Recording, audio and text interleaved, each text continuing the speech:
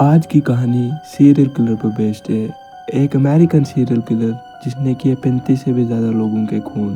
पर हैरानी की बात तो ये थी कि उन 35 खून में से सिर्फ 5 कपल के खून का पता चल पाया जिन्हें मौत के घाट उतारा गया था। ऐसा सीरियल किलर जो खून करने के बाद अमेरिकन डिपार्टमेंट को लेटर भेजता है और उसमें अपने क्राइम की हर एक डिटेल को शेयर करके उन्हें चैलेंज करता है कि वो उसे पकड़ सकते हैं तो पकड़ के दिखाएं। अमेरिकन पुलिस इतनी हाईली टेक्नोलॉजी वाला डिपार्टमेंट आज तक उस सीरियल किलर को पकड़ नहीं पाया।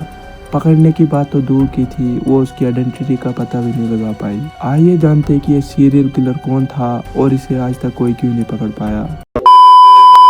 दी ज़ोडी किलर एक अमेरिकन सीरियल किलर जिसने 1960s और 1970s में कैलिफोर्निया के नॉर्दर्न रीजन में कई लोगों को मौत के घाट उतारा। ज़ोडिक बड़ी चालाकी से अपने प्लान को अंजाम देता था और उसने कम से कम 5 कपल्स को मारा, लेकिन उसके क्राइम का एक्चुअल नंबर किसी को पता नहीं। उसने अपने विक्टिम को शूट किया, स्टैब किया और बाकियों को ड्रोन कर दिया। ज़ोडिक ने पूरे अमेरिका को हिला कर रख दिया था।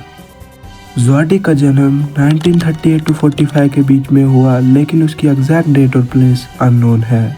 उसका बचपन नॉर्दर्न कैलिफोर्निया में बीता, जहां उसने अपनी प्राइमरी एजुकेशन पूरी की। ज़ोडिक के पेरेंट्स के बारे में बहुत कम जानकारी है, लेकिन कुछ सोर्सेज के मुताबिक उसके फादर एक बिजनेसमैन थे।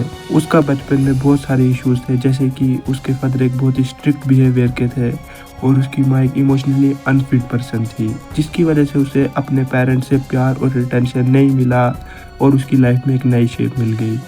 उसका इंटरेस्ट क्राइटोग्राफी रिकॉर्डिंग में था और उसकी आउटडोर एक्टिविटीज़ में दिलचस्पी थी, जैसे कि हाइकिंग करना, पजल सॉल्व करना, क्राइम्स और इन्वेस्टिगेशन वाली मूवीज़ देखना। ज़ोडिक ने बचपन से ही अपने इमोशन को छुपाना शुरू किया था, जिसकी वजह से वो एक मास्क पहन के रखता था। ज़ोडिक ने अपना पहला क्राइम 20 दिसंबर 1968 में किया, लेक हार्मन रोड कैलिफोर्निया, जहां उसने डेविड फ्राइडे एज 17 और बेटर लू जेनसन एज 16 को शूट किया, जो कि कपल थे, पार्क में घूमने आए थे। सेकंड क्राइम डेट 4 जुलाई 1969, Blue Rock Spring Park California. Victim Michael Mageau age 19 और डार्लिन फेरिन एज 22 को टारगेट किया और उन्हें भी शूट कर दिया। थर्ड क्राइम डेट 27 सितंबर 1969, location Lake Berryessa California. Victim Bryan हैटलन एज 20 और सिसिलिया शेफर्ड एज 22 को स्टेबल किया, मतलब चाकू की मदद से मारा। Fourth crime date 11 October 1969, location San Francisco California. Victim Paul Stine age 29, जो कि एक टैक्सी ड्राइवर था, उसे शूट करके मार दिया। ज़ोडिक ने अपने पहले क्राइम के बाद न्यूज़पेपर को लेटर भेजा और एक कोड सेंड किया, जिसमें उसने अपने सारे क्राइम की डिटेल दी और पुलिस को चैलेंज किया कि वो उसे पकड़ सकते तो पकड़ के दिखाए।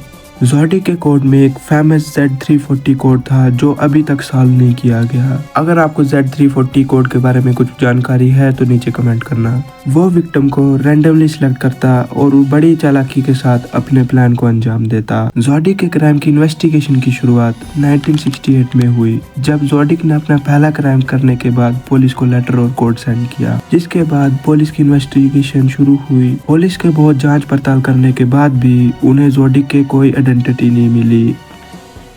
जैसा कि मैंने आपको बताया कि ज़ोडिक ने क्राइम करने के बाद बहुत सारे कोड्स और लेटर सेंड किए, इसलिए पुलिस डिपार्टमेंट ने hand writing analysis, fingerprint analysis, psychological profiling, code breaking जैसी चीजें जांचनी शुरू की। जिसके बाद आर्थर लेगिन एलन, एक स्कूल टीचर जो ज़ोडिक के डिस्क्रिप्शन से मैच करता था, रिचर्ड गाइकोवास्की, एक न्यूज़पेपर एडिटर जो ज़ोडिक के राइटिंग स्टाइल से मैच करता था, रॉस सुलिवन, एक मेंटली अनस्टेबल पर्सन जो ज़ोडिक के बिहेवियर से मैच करता था।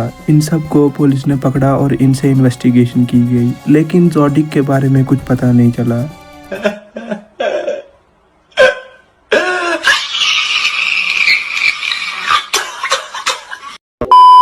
ईयर 1968 to 74 के बीच में ज़ोडिक ने 21 लेटर और कोड सेंड किए, जिसमें उसने अपने क्राइम की हर एक वो डिटेल शेयर की जो उसने अपने विक्टिम के साथ किया था, जिसकी वजह से पूरे अमेरिका में बात फैल गई कि ज़ोडिक नाम का एक सीरियल किलर कैलिफोर्निया में बहुत सारे मर्डर कर रहा है। 20th सेंचुरी में इतनी टेक्नोलॉजी अपग्रेड नहीं थी, जिसकी वजह से lack of forensic evidences, limited resources जैसी दिक्कतें सामने आई, जिसकी वजह से अमेरिकन डिपार्टमेंट थक हार के शांत हो जाती है, पर वो ऑफिशियली इस केस को क्लोज ना करते हुए इन्वेस्टिगेशन कंटिन्यू रखती है।